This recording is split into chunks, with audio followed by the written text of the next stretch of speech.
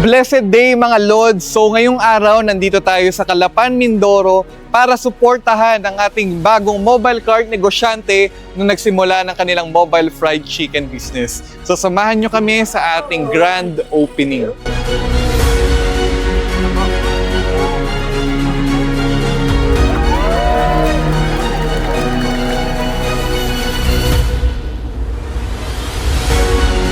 Actually, ang nag-inspire sa amin to have chicken ni Lods na business.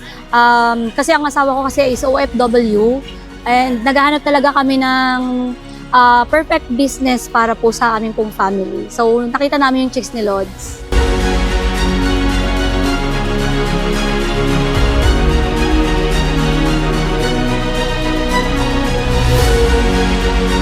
Dream talaga namin yung yung chicken na fried chicken business kasi bago pa lang kami kasal noon or kasal na kami, nasabi ko sa kanya na gusto ko magkaroon ng ng chicken ganitong business, fried chicken.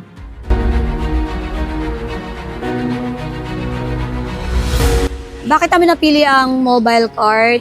Kasi una po rolling siya. Wala kang binabayarang renta. Unlike dito po kasi mataas yung rent kapag lalo na highway ka. So dito po sa mobile cart, wala tayong babayarang rent. Kaya isa po yun, walang kuryente, wala ding water bill. So mas malaki yung matitipid natin bilang mga business owner. Actually simula sa simula hanggang ngayon ramdam namin talaga yung support ni Chicks ni Lods. Training, Advice. Ano pa ba? Advice. So talagang maraming support na binibigay si Chicks ni Lods. So talagang very thankful kami doon.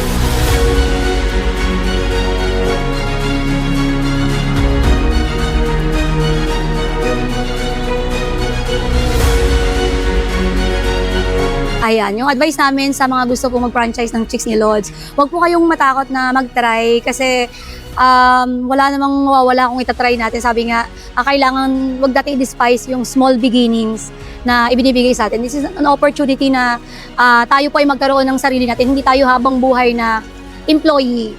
This is our chance na magkaroon ng ating pong sariling business.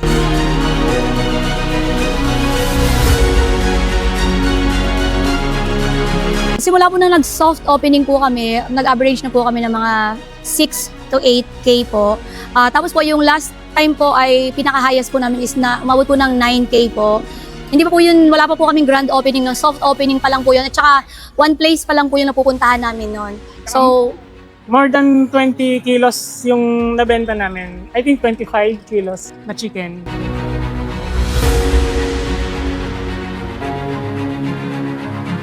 Talagang i-recommend po namin yung Chicks ni Lods po. Kasi unang-una, mura na, and then masarap pa. definitely po, we will recommend po Chicks ni Lods. Hindi lamang po sa family, but also sa friends at saka sa mga ka-churchmate po namin.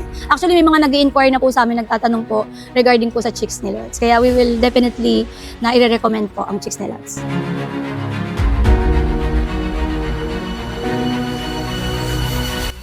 Sa buong buo po ng Chicks ni Lods, especially po kala Sir Ray at saka kay Ma'am Kate, sa buong team po ng CNL po, kami po ay nagpapasalamat po sa inyo.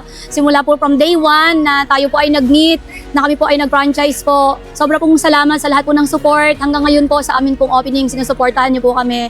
At salamat po sa lagi niyo pong pag-message sa amin, pagkumusta sa aming lahat po. Thank you po.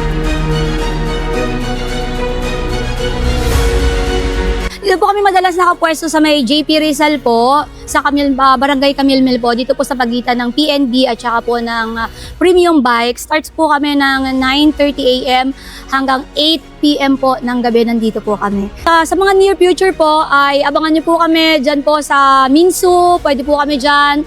Sa may Robinsons po, abangan niyo po kami dyan. Banda-bandarian po ay magro-rolling din po tayo dyan. Tsaka nagka-cater din po pala kami kung kayo po ay interesado.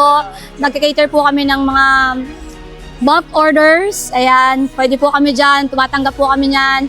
You can also like and share our page po. Chicks ni Lods Calapan, Mindoro po.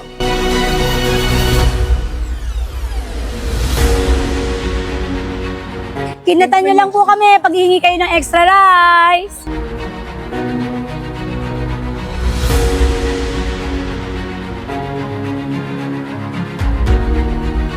So kung sa tingin mo, maganda rin yung location mo, maraming foot traffic, may mga school, simbahan, at government offices, at gusto mong magsimula ng mobile cart business na sobrang patok at profitable ngayon, i-message mo lang yung aming page dahil may ginawa kong free masterclass para matutunan mo kung paano magsimula. Maraming salamat. All glory to God.